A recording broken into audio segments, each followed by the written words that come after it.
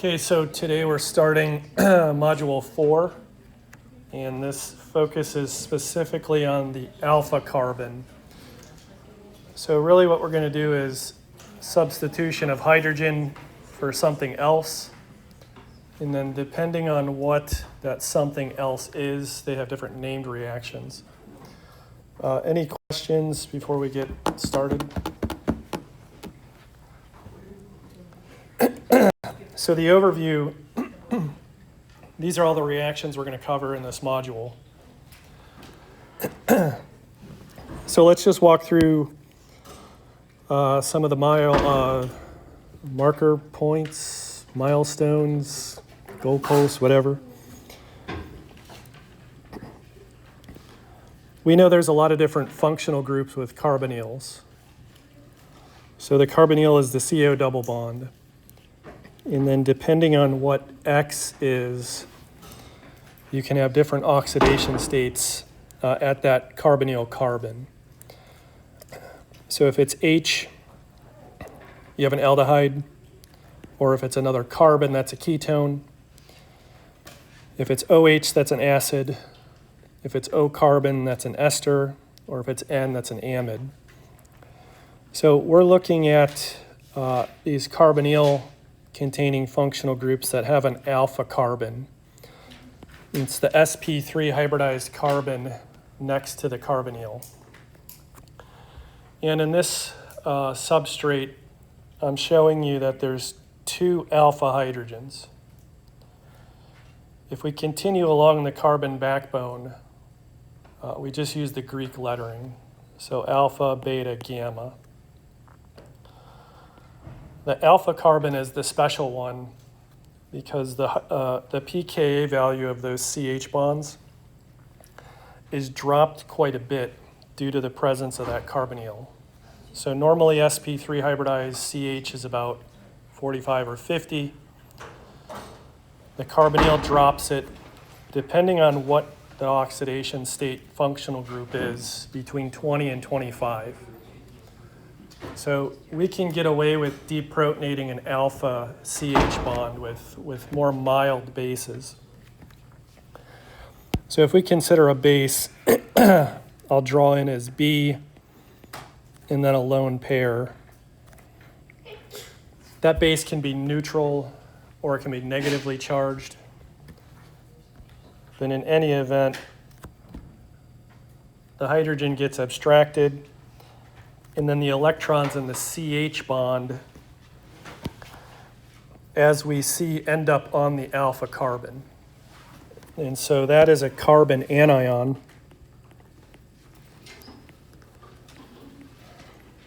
And we call those carbanions. So it's a negatively charged reactive intermediate. It's a nucleophile. And the lone pair of electrons through resonance can be delocalized onto oxygen. And now if you look at the functional group that's formed, you have an alkene plus an alkoxide, or the conjugate base of an alcohol. This is called an enolate. So the ATE ending in chemistry typically means negative. So those are the 2 resonance forms. The substitution happens at the alpha carbon. So H has been deprotonated. We generate an enolate nucleophile. And then depending on the oxidation state of the electrophile, we can get 3 different types of reactions. And really what we're doing is making a new carbon-carbon bond between the existing alpha carbon and what will now become a new beta carbon or beta prime. If the electrophile has a carbon at oxidation state 1, that's called an alkylation. And the mechanism is just an SN2 reaction. So nucleophile, electrophile. And what I'll highlight in red that's the bond we're forming. So a carbon-carbon bond. You have the existing alpha carbon, the new beta prime carbon, and that beta prime has been reduced. So it went down in oxidation state to 0. In the progression of the electrophiles, all we're doing is increasing the oxidation state. So we go up from 1 to 2. That means that we're either treating with an aldehyde or a ketone. So in the example, I'm showing an aldehyde. And this is called the aldol reaction. And so what's happening now is the nucleophiles adding to the carbonyl. That's a nucleophilic addition. So the beta prime carbon now ends up at oxidation state 1, and beta prime has an alcohol. So this is a beta hydroxy carbonyl group. Yeah. If you were to add an aldehyde to that aldol reaction, would that R2 molecule become a hydrogen?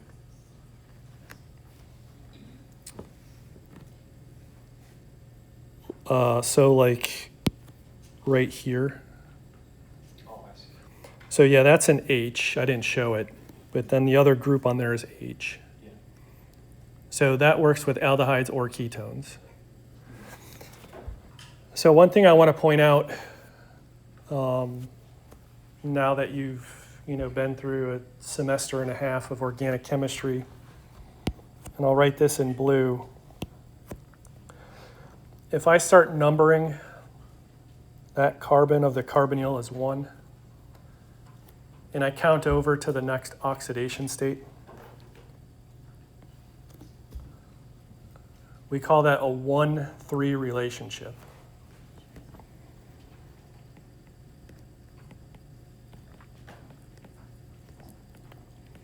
And simply by looking at molecules and counting those relationships, if it is a 1 and then an odd number, that's a natural bond disconnection.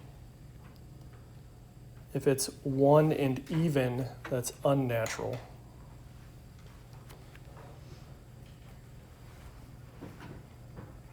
So the aldol always produces a beta hydroxy group. If we go up one more in oxidation state for the electrophile, now we're going to have an ester. So that ester has to get reduced from 3 to 2. Now we have a carbonyl group at the new beta position.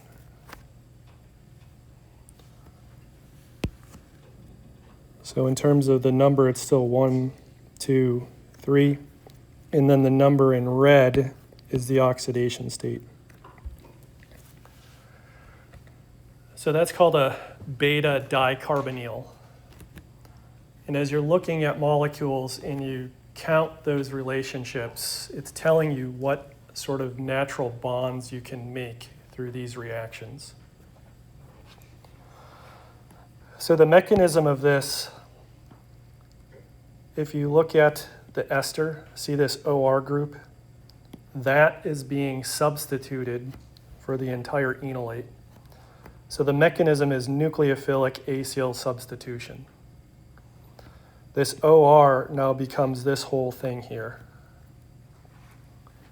So overall, we've seen the mechanisms: SN2, nucleophilic addition, nucleophilic acyl substitution already. Now we're getting more into the strategy of how do we disconnect bonds to make them using normal reactivity patterns. So that's what we're going to study in module 4 here. One thing I do want to point out, when you look at the alkylation reaction, we're starting with this molecule that has 2 hydrogens. We're substituting an H for some other group. Notice what that does to the alpha carbon. It now generates a stereocenter. So in that reaction, you're going to generate R and S. Now look at the aldol reaction, the second one. The alpha carbon is becoming a stereocenter, but also the new beta carbon is a stereocenter. So remember the rule for stereogenic centers, 2 to the n. So this reaction, enolate plus aldehyde, can get you a mixture of 2 possible stereoisomers. Or excuse me, 2 stereogenic centers, 4 stereoisomers. And again, the goal of synthesis is to make one thing in 100% yield. So the aldol is where we'll spend the most time in this module, because there's a lot of complicating factors to control the reaction. In the Claisen reaction, notice the beta carbon now. It's sp2 hybridized. There's no stereogenic carbon. But the alpha carbon still generates a stereocenter. So we're going to start off with learning a little bit about the bases required to generate enolates, and then we'll talk about alkylation today.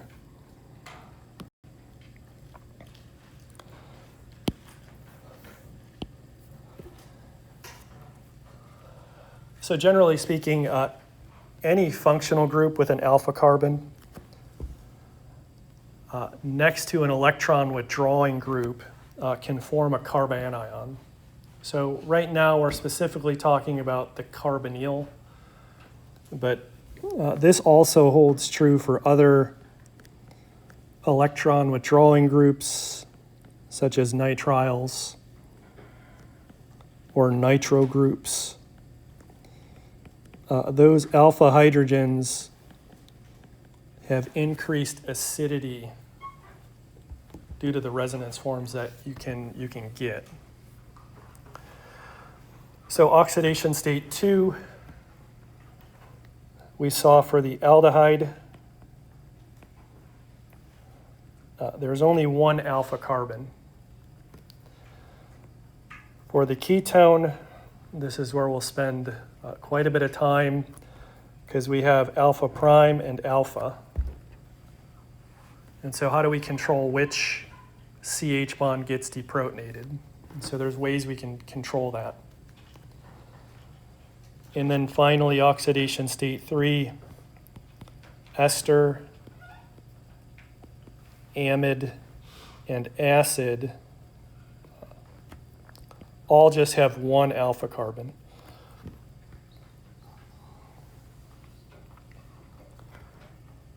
So aldehydes, esters, amides, acids, there's only one alpha carbon, so that's the thing where you deprotonate from.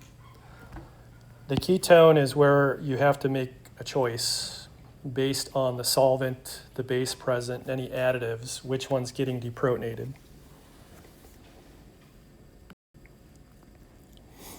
So why is that alpha carbon acidic? So in green, the green carbon is showing the hybridization, and then in red, the pKa value. So sp3 hybridized carbon is weakly acidic. It's at the top of the scale at 50. You go to sp2, it drops it down a little bit, and then sp is 25. So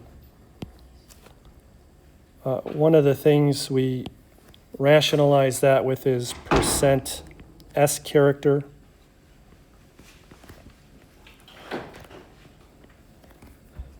And you're just taking the number of s orbitals divided by the total number of orbitals.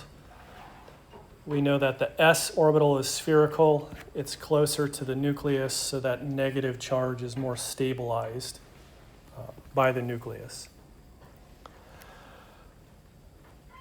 So again, the alpha carbon kind of has acidity similar to an sp hybridized carbon. based on the resonance that's allowed in the enolate form.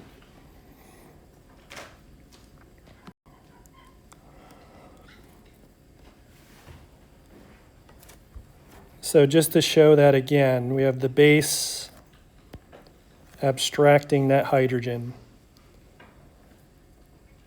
That generates the negative charge at the alpha carbon. And so we can delocalize that onto oxygen through resonance.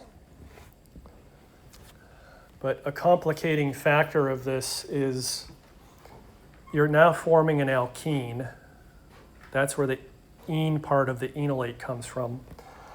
And that can have two different geometrical isomers, Z or E.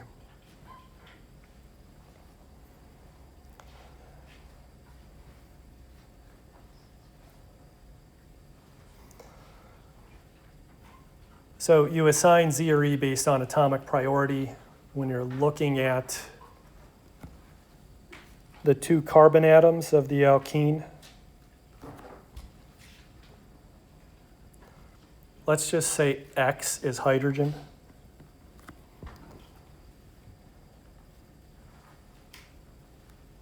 So of that carbon bearing the oxygen and hydrogen, we look up atomic number. We see that oxygen is a higher atomic number. So it gets a priority of 1. Then on the other carbon of the alkene, we have a carbon and a hydrogen. So that gets priority 1. They're on the same side. So that's the Z nomenclature, or cis. So for enolates, we typically use E or Z.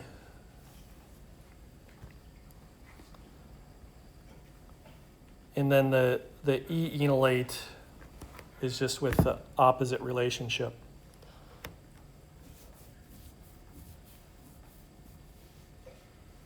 What is a subtle fact in this,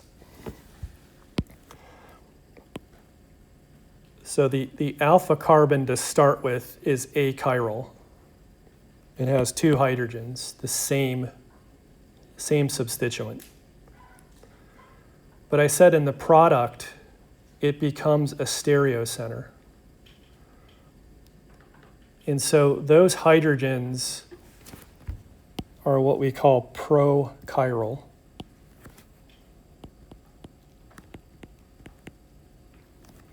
Meaning that once you remove it and replace it, you're now generating a stereocenter at the alpha position.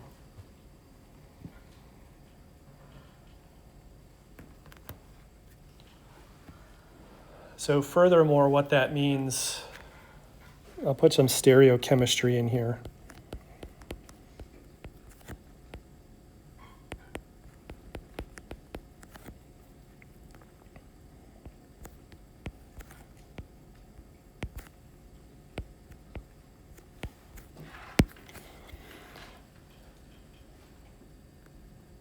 The way these acid-base reactions work,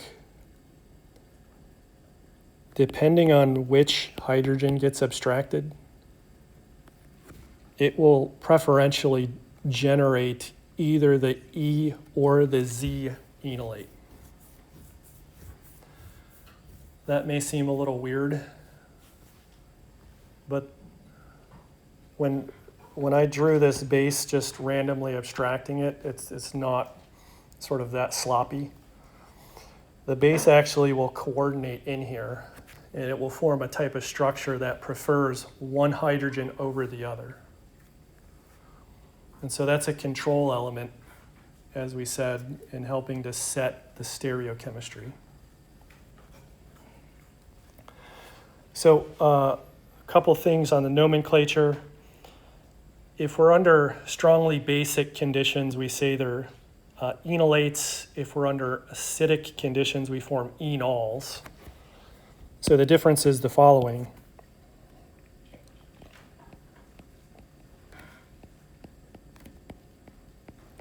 So an enol is neutral. An enolate is negative. And it will have some counter ion, some metal counterion. So remember, the 8 means negative.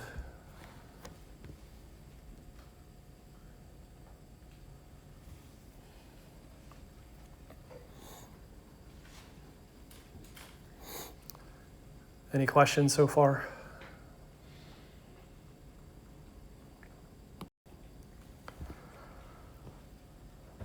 So factors that affect enolate generation. One of the subtle things is pKa values of the functional groups, depending on whether you're starting with oxidation state 2 or 3. Alpha versus alpha prime, carbons and their respective number of hydrogens. So that's for ketones only.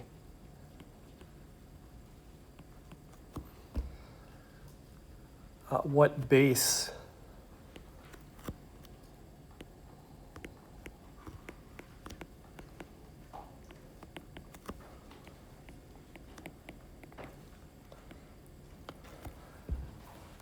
So are we using a weak base? There's not a big pKa difference, or a strong base where there's a bigger pKa difference after the acid-base reaction. So the nature of that pKa difference is going to be a big factor as well. Acidic versus basic conditions. So again, that's enol versus enolate. And then finally, oxidation state of the electrophile. So 1 versus 2 versus 3. So that's alkylation, aldol, and Claisen.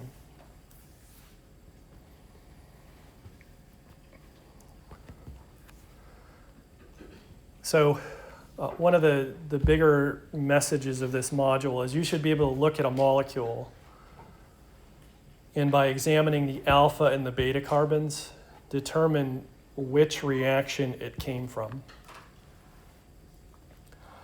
That's primarily the beta carbon that you're looking at.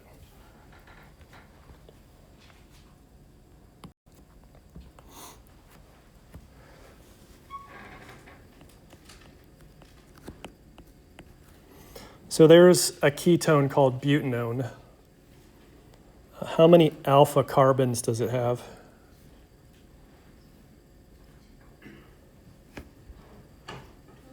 So it has 2. So alpha prime.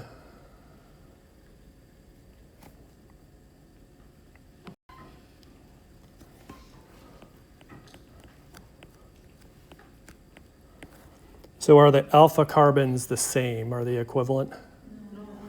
So no, that's why I call it alpha prime. So they're different.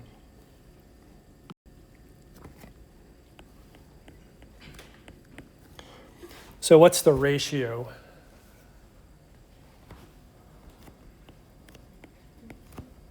So 3 to 2.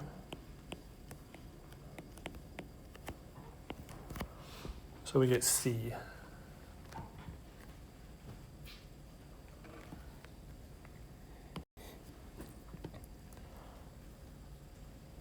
So it says in consideration of butanone treated with sodium ethoxide. So that's a weak base.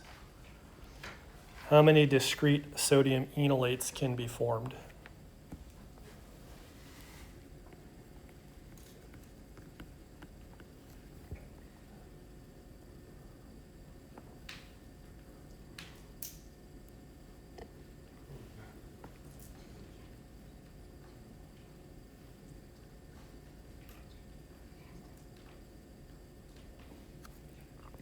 So if we look at alpha, that has 3 hydrogens.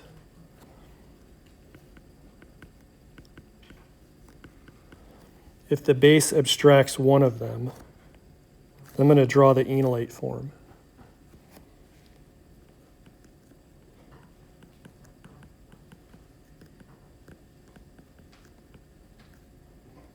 That's 1. Notice that carbon in the enolate form, the alpha carbon still has 2 hydrogen substituents. So you cannot have E or Z. Now for the alpha prime, I said those hydrogens were prochiral,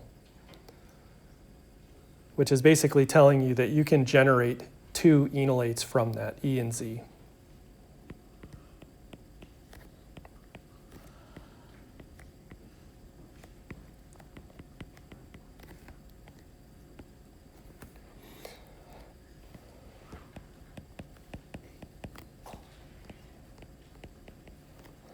So I'll just show one.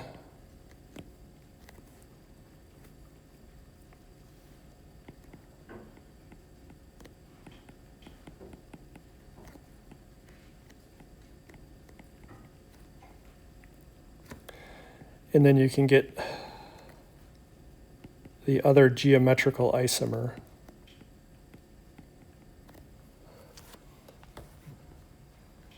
And then the byproduct is the conjugate acid, which is ethanol.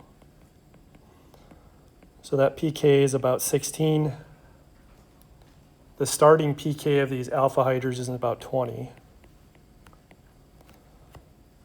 So delta pKa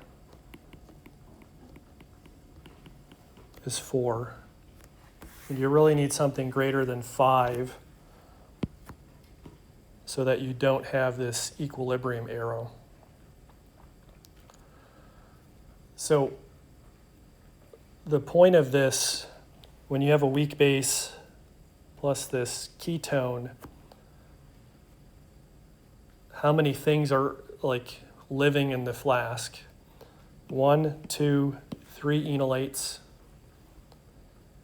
ethanol, the base, and that are all in there at the same time. So then when you squirt in the electrophile, you're going to get a lot of different products coming out, because you can substitute at alpha or alpha prime, and then you're generating stereoisomers as well. And so in general, you don't want that to happen because that's a mixture, and then you have to separate those things. The molecular formulas are the same. They're not going to be terribly different in terms of polarity. The boiling points are probably the same, so they're going to be hard to separate by distillation or chromatography. And so we need ways of controlling which side are we forming the enolate on and what geometry of the enolate results.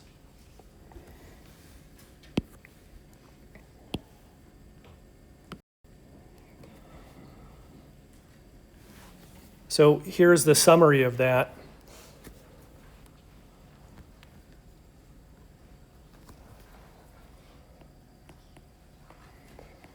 So for alcohols, you use the conjugate base of that alcohol. So if you take ethanol, has anyone seen pure ethanol? I'm sure you've seen beer or whiskey, right? That usually has a color to it. Pure ethanol looks like water. It smells a little bit sweeter. If you take pure ethanol and you add sodium metal to it, over time that metal will dissolve and it forms that base.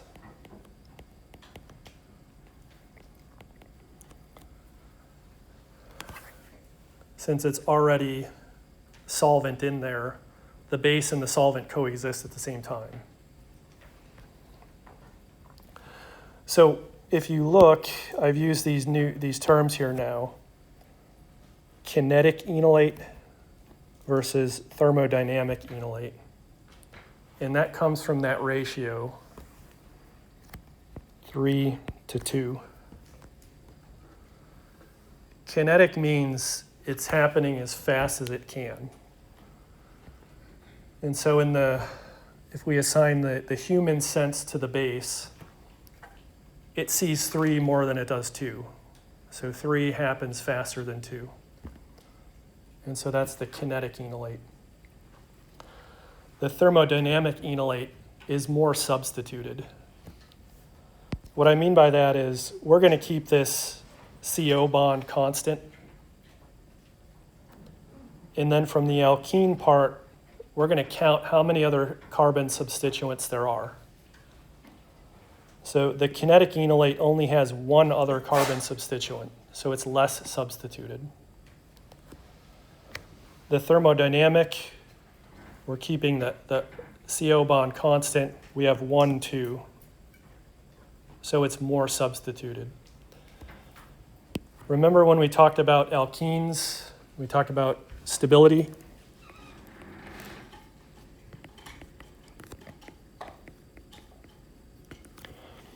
So tetra substituted is greater than tri, greater than di, greater than mono.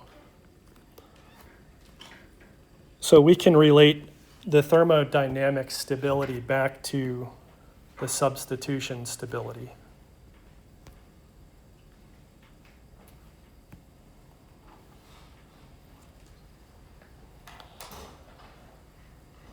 And what we'll see is when we change the nature of the base, we can favor different proportions of those enolates that are formed,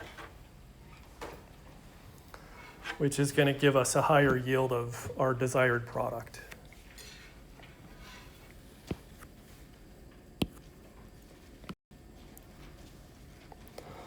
So to review the E and Z,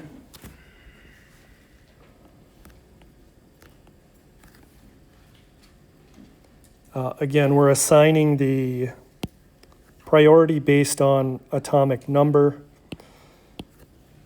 So oxygen is 1 on that carbon, and then the carbon is 1 on that side. So that gives you the Z. So Z means together. If you have 1 and 1 on the opposite, that's E.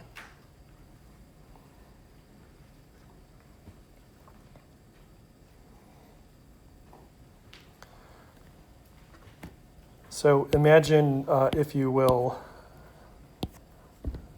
you're not in the twilight zone, but you're in organic chemistry right now.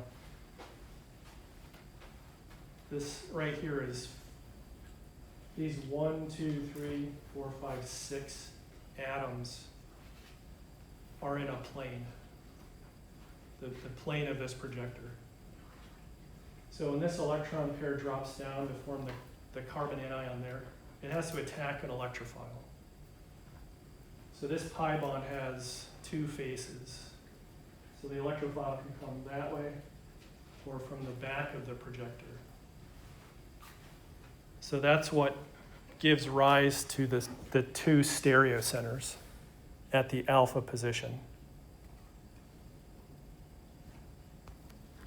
So it's kind of weird to think about, but when the electrophile attacks from here on the Z, it's the same as when it attacks from the opposite face on the E.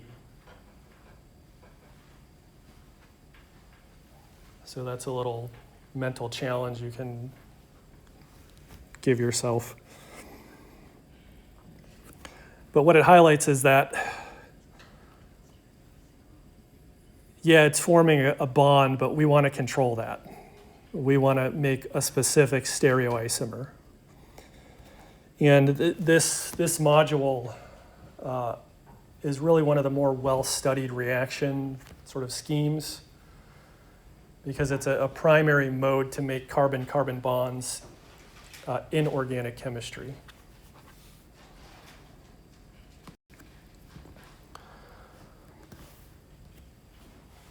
So what are some other bases? Shown here is sodium hydride, so NaH. This is a strong base.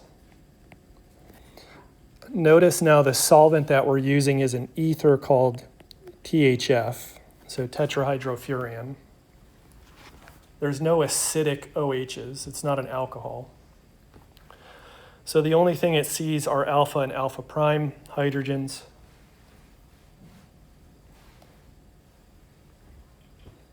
It can still form 3 enolates, but what it's going to do is favor the thermodynamic enolates in this case.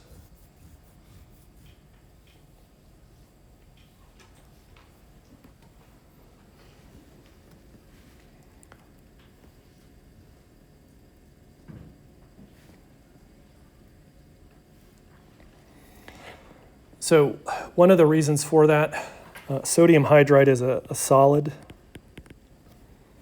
THF is a liquid, so organic liquid.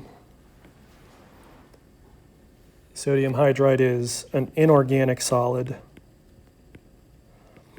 And so it has kind of limited solubility to begin with.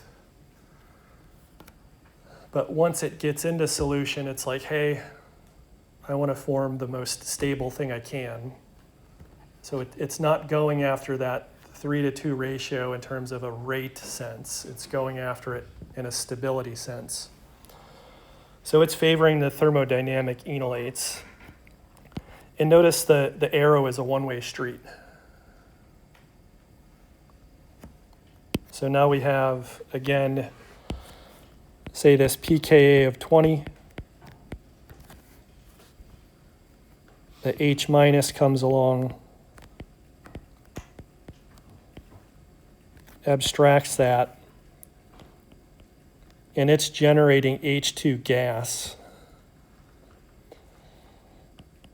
So that pK is about 45. So we have 45 minus 20. We get a difference of 25. So that's a pretty big difference. So it shifts it all the way to the products, meaning that you no longer have the ketone and sodium hydride floating around in the flask. You're just dealing with the enolates. Yep. With the weak phase, the kinetic enolate and the thermodynamic one, were they in equilibrium as well, or was one favored over the other? They're at equilibrium. But again, the thing to keep clear in your mind when I say equilibrium, even though the word equals in there, it's not 50% products, 50% starting material. There's like a steady state. Let's talk about that in PChem yet. Yeah. I don't know what's happening. So steady state, things change and then they get to a point where they're going back and forth, but there's no overall net change, if that makes sense. And, of this, it's not 33, 33, 33. It can favor one of them, say 80, 10, and 10. So that's just something to always keep in mind about the arrows. So a kinetic enolate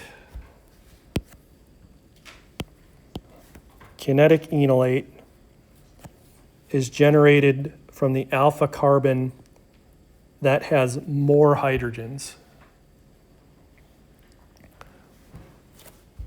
Therefore, it's least substituted.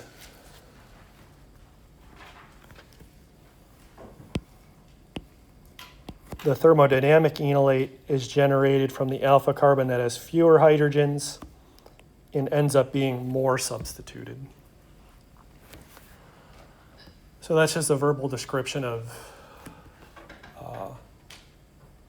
accounting for the weak versus strong bases.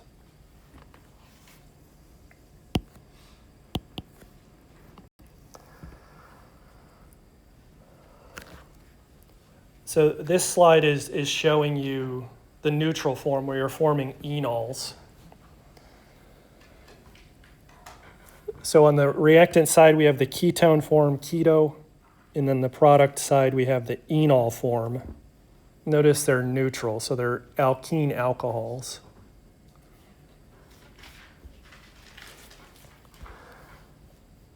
This will sort of happen to some extent without anything acting upon the ketone. You'll have a trace amount of the enol present. But under an acidic mechanism, say with hydronium ion,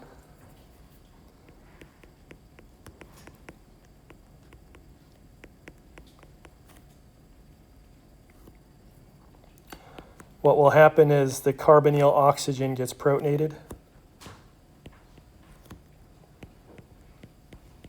So that activates it.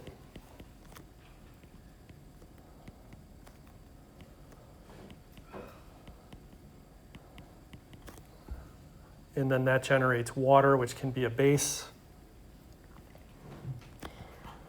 And that can deprotonate an alpha H to generate the enol. So notice in there we're not generating any negative charges on oxygen. So there's a question, the keto tautomer, so the relationship between the keto and enol forms. So let me draw this H in here. And I'll highlight it in green. So that H kind of moves over in a 1-3 shift. Those are called tautomers.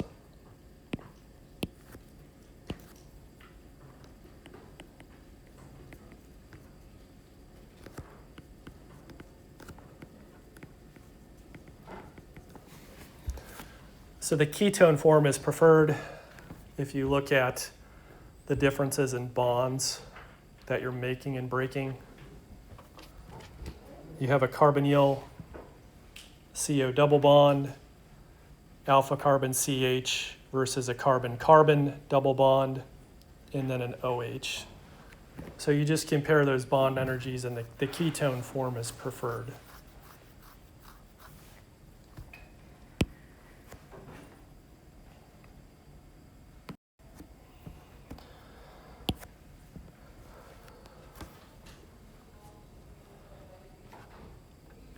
So we'll probe the mechanism of deprotonation a little bit through 2 thought experiments. What if we run a reaction in sodium deuteroxide in D2O? So normally we're used to seeing sodium hydroxide in H2O, but now we're just using this stable isotope deuterium. And what about a substrate with an existing stereogenic center? How can we prove that a substitution is actually taking place?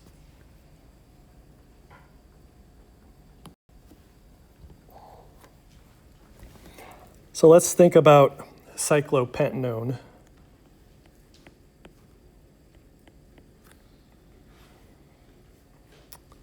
It's a symmetric ketone.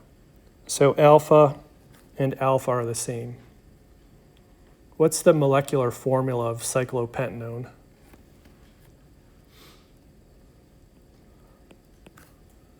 So C5H, if you're British, H, 8O.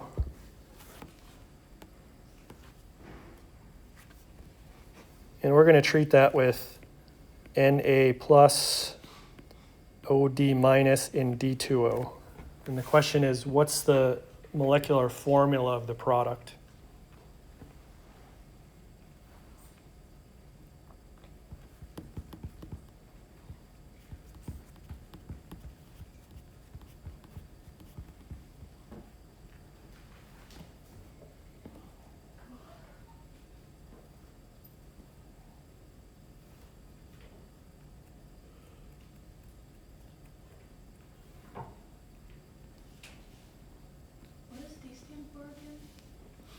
D is deuterium.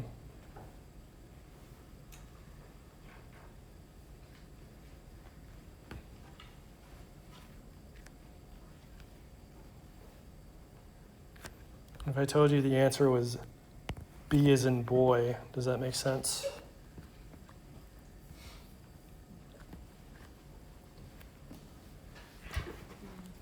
Would it be substituting both of the hydrogens on both alphas, or is it one hydrogen on each carbon?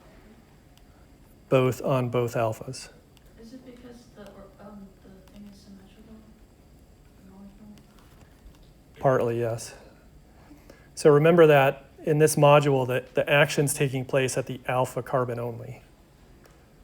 So on each alpha carbon, there's H and H. So that's 4 total alpha hydrogens. Each of those gets washed away with deuterium.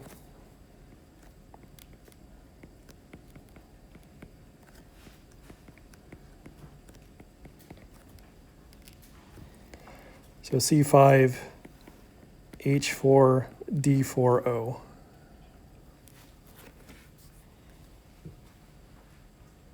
So why is this useful? What is it telling us? So we have D O minus Na plus. That's a base. It's going to abstract an alpha hydrogen.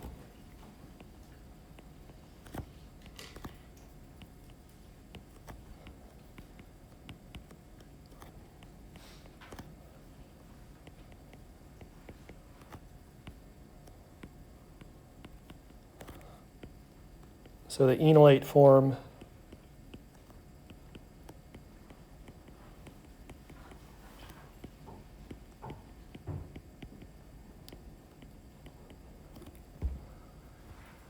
we're running it in D2O now. So when this collapses,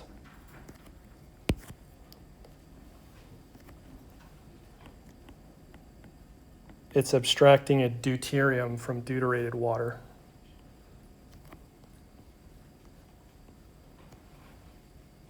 And so you've substituted an H for a D.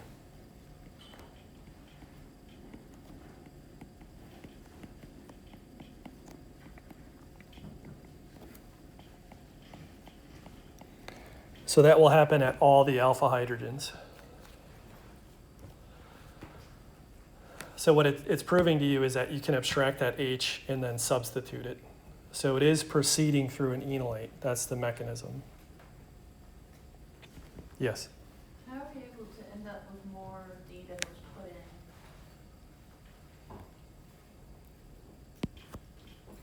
This is the solvent. So there's probably 50 to 100 molar equivalents of that. Oh, okay. So what's nice about this is we know deuterium has a mass of 2. Hydrogen's 1, deuterium's 2. So when you incorporate those, you're essentially getting the same compound with a higher mass. And so if you're interested in drug discovery, pharmacology, toxicology, this can be used as a tracer for mass spec.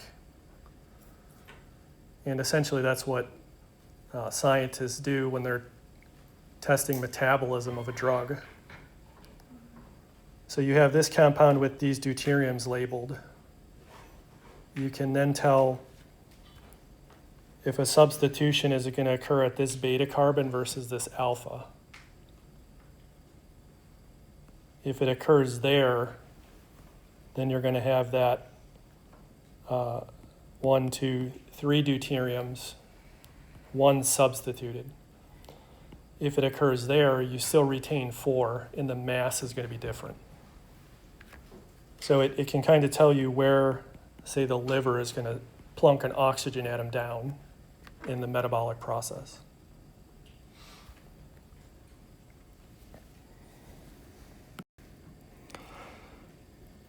So we learned a reaction of taking oxidation state 2 functional groups and treating with MCPBA called the Baeyer-Villiger reaction. So if we take that product from the prior slide, treat with MCPBA, what would the product be?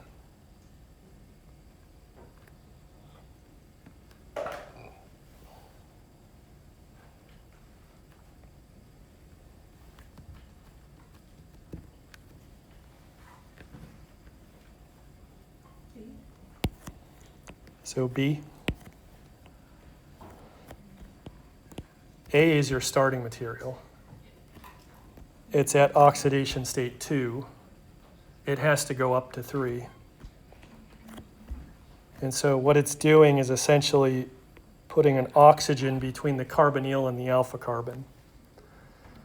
What's neat about this, I was talking about that metabolism.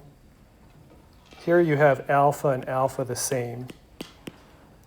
when you run this, you retain one of those alphas, and then you move those deuteriums over. So you have alpha, beta, gamma. You moved them over to the delta carbon now.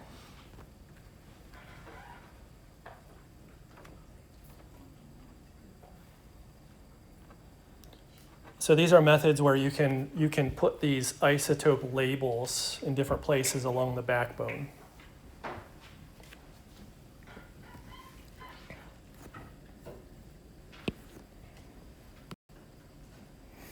So the second thought experiment, so we have alpha here, right?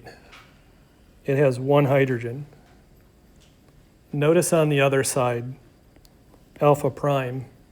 How many hydrogens are on alpha prime? None. There's none. So it's a non-symmetric ketone, meaning that the only thing can happen is at the alpha carbon. There's only one hydrogen. It has a stereocenter S. If you treat that with sodium ethoxide and ethanol, it's going to deprotonate it to form an enolate and then reprotonate it. And so what is the stereochemical outcome? Do you retain the S configuration? Do you get a racemic mixture? Do you get the opposite R or some other ratio of R to S?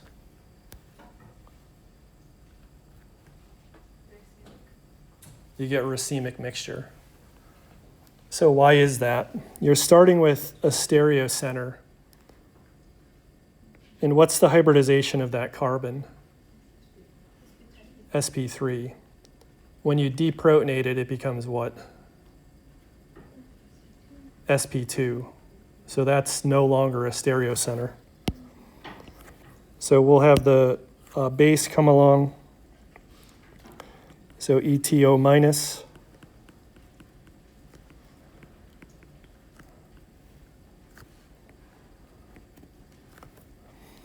I'm gonna draw this sort of looking at the edge of the double bond.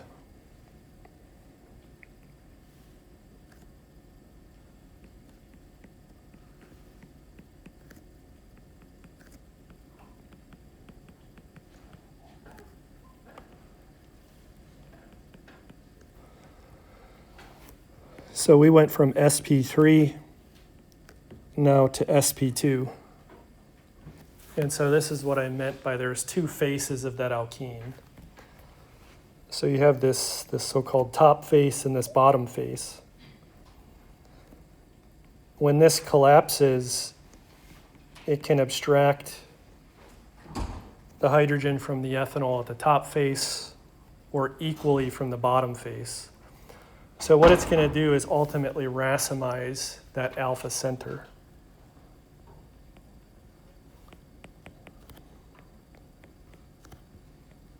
And then we would draw that like that. So there's no stereochemical information listed there. It's just the line.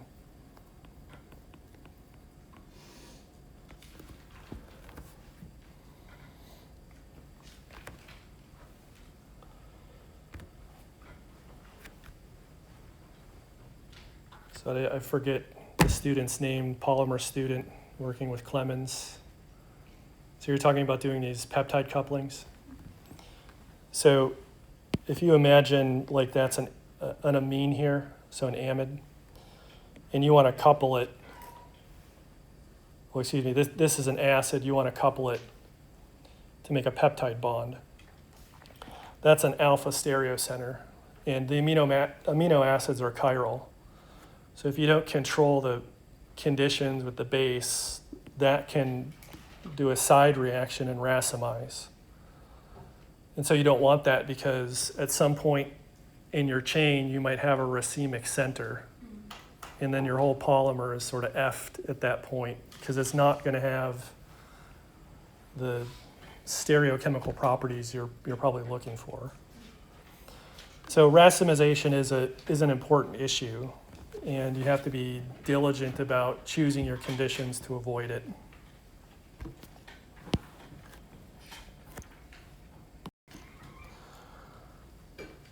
So the enolate is achiral.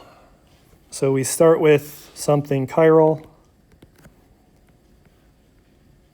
And the enolate is achiral.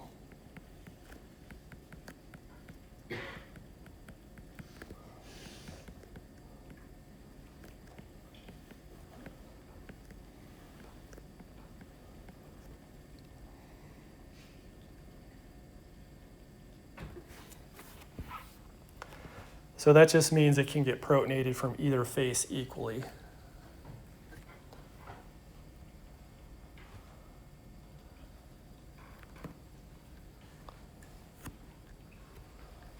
So that's A. Questions?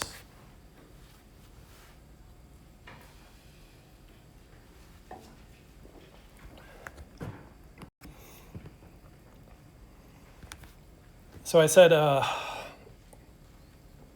alkoxide bases are weak. They form this equilibrium.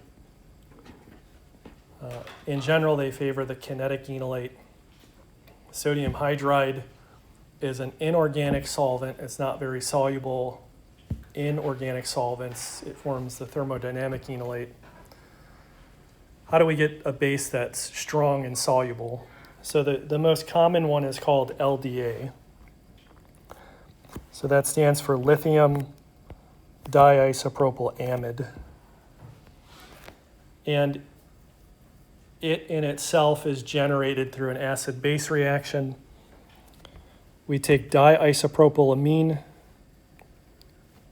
That NH bond has a pK of 40. We treat it with butyl lithium. So we can think of that as lithium plus carbon minus. It abstracts that.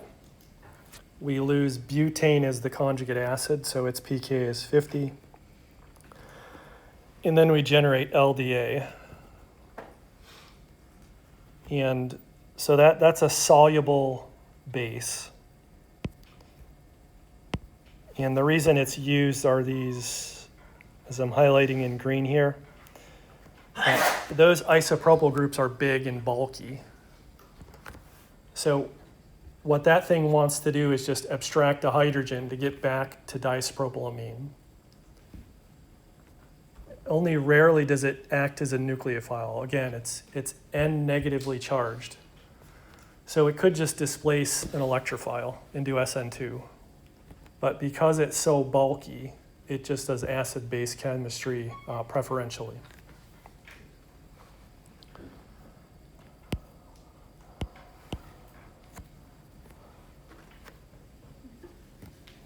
So again, the solvent for this is an ether THF.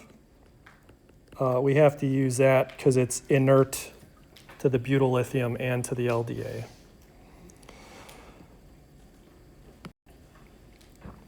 So here are the two scenarios here. We're starting from a non-symmetric ketone, so 2-methylcyclohexanone.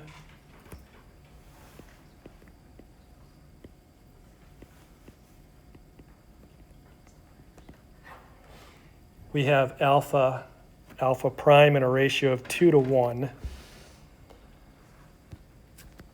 LDA will preferentially form the kinetic enolate. Sodium hydride, the thermodynamic enolate.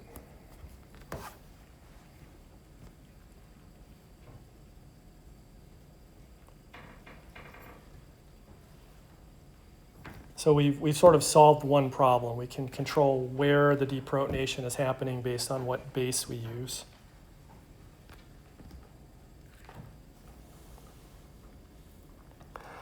Another important thing to remember, LDA is strong, so we have to use a cryogen.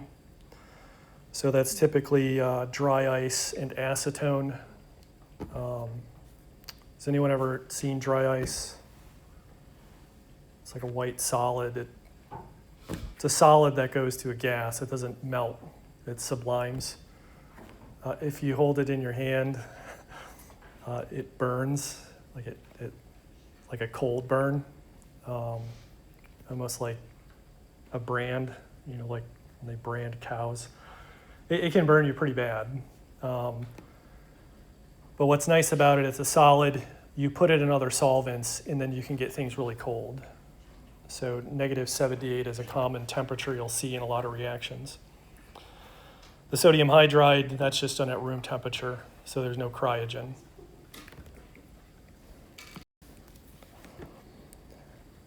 So that's one way to control. The other way to control is using ketones where one alpha carbon has no hydrogens, and these are called non-enolizable. And you do that by basically substituting with carbons. So here we have an sp3 hybridized carbon, another sp3, and then here sp2. So really we're limiting the formation to just that alpha carbon that's bearing the hydrogens.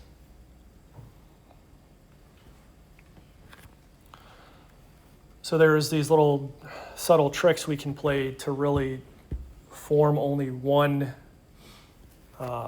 reactive intermediate. So given all that, what do you think?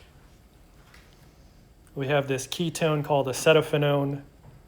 We're treating with sodium hydride, and then we're quenching that with the electrophile ethyl iodide.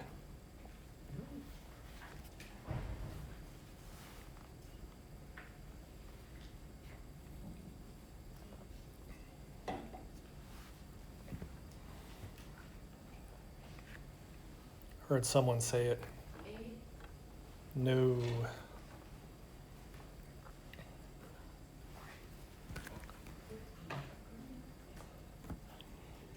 So why is A not right? There's alpha. What is this? So if I look at that electrophile, that has to be the beta carbon, right? That has to be gamma. So A can't be correct because there's not enough carbons. So D is the correct answer. So if we put alpha, beta, gamma, as I said, this is the bond that we're always making between alpha and beta.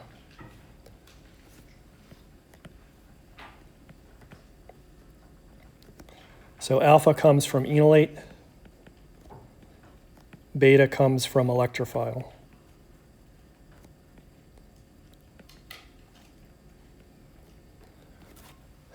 One other thing I'll write in blue. So ethyl iodide, that carbon is at oxidation state 1. Then in D, it's now 0. So we know by looking at that beta carbon being 0, that was an alkylation reaction.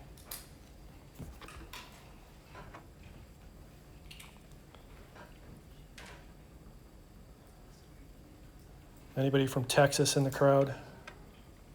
A couple people. So in B, so B's not correct because we call that a Texas carbon.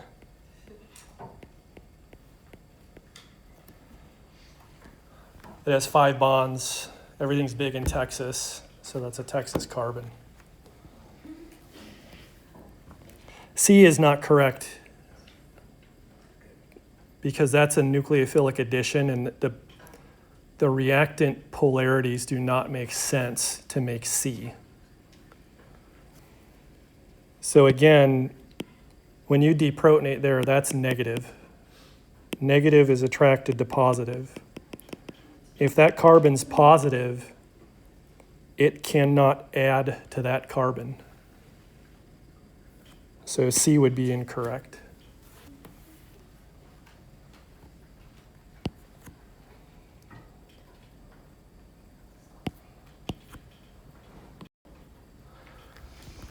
Questions? So a couple more reactions before we call it a day. And these focus on alpha substitution. So the first one is called the haloform reaction.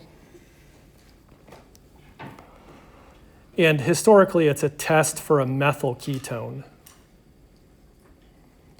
So you have to have a ketone that has a methyl group as one of the alpha carbons. And the acetophenone, that's an example of a methyl ketone. We could call that methyl phenylketone. So under basic conditions with excess potassium hydroxide, and then iodine as the electrophile in water to make everything soluble, you end up with a carboxylate salt.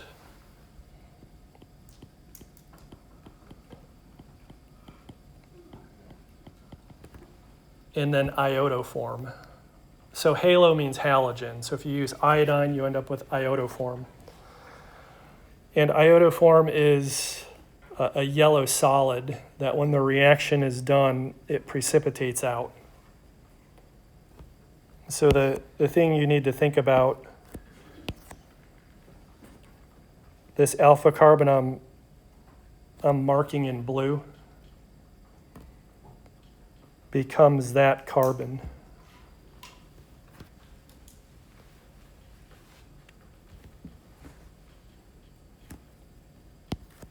So you're essentially breaking this CSP2, CSP3 bond to get that carbon out of the molecule. So how does that happen?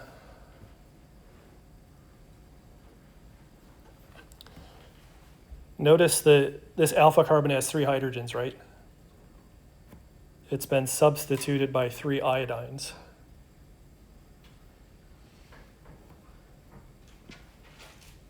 This ends up at a higher oxidation state. So from 2 to 3. So at some point, an oxygen has to attack that, and then that carbon has to leave. So we'll spend the last couple minutes showing how that happens.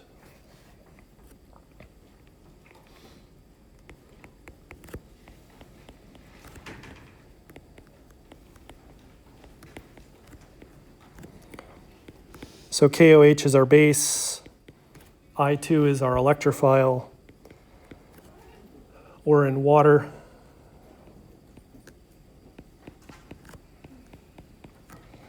So we get OK plus HCI3.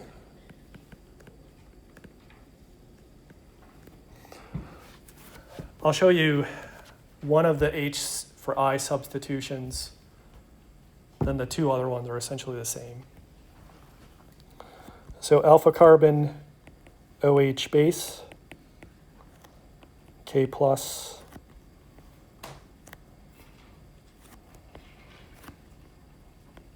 and so I'm going to draw it automatically in the enolate form.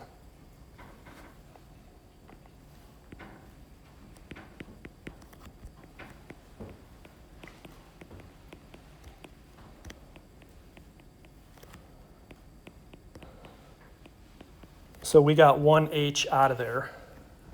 There's our enolate. We're going to collapse back down and now iodinate. So double bond, attack our electrophile.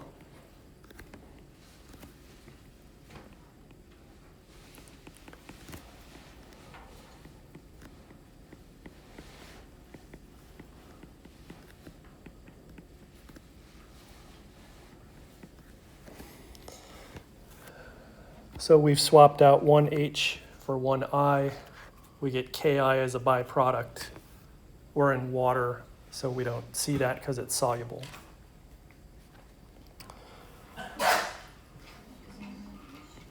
So like your shampoo bottle says, lather, rinse, and repeat. Just do that 2 more times.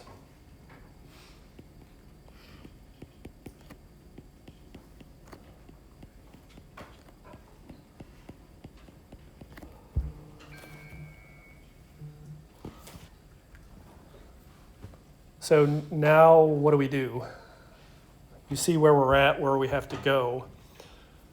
We're under basic conditions, and we've already seen that carbonyls can add nucleophiles.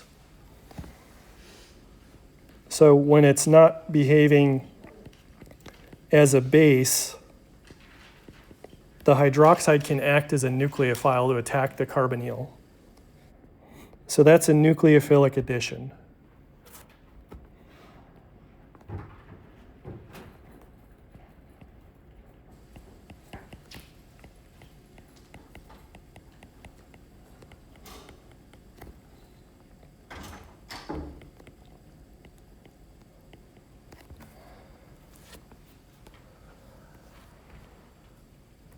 So it's going to collapse and then eliminate out CI3 minus.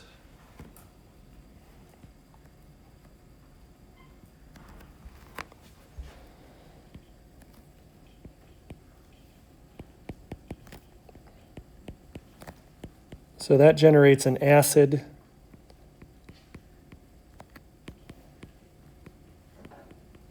CI3 minus, that's a base. And at this point, the reaction's a one-way street because that forms the iodoform, which falls out of solution.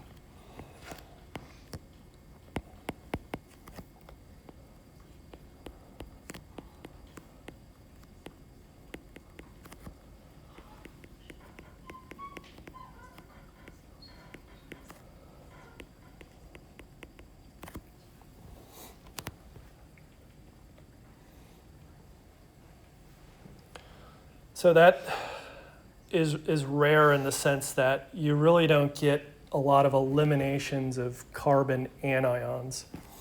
The reason it happens is because those iodines are electron withdrawing.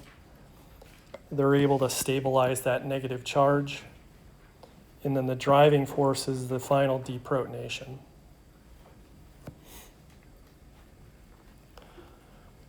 So the halo form is historically a test. Again, imagine yourself in the era before NMRs and you can't figure out if there's a methyl group, some methyl singlet. You would run this reaction. If you saw that yellow solid, you could say, okay, at least I have a methyl ketone in there. And that gets you a fragment to start putting a structure together. So we'll wrap it up here. There's some other alpha halogenations we'll talk about. We'll get into, I think, next class, two other named reactions that are alkylations, and then we'll start the aldol, which we'll spend the most time on.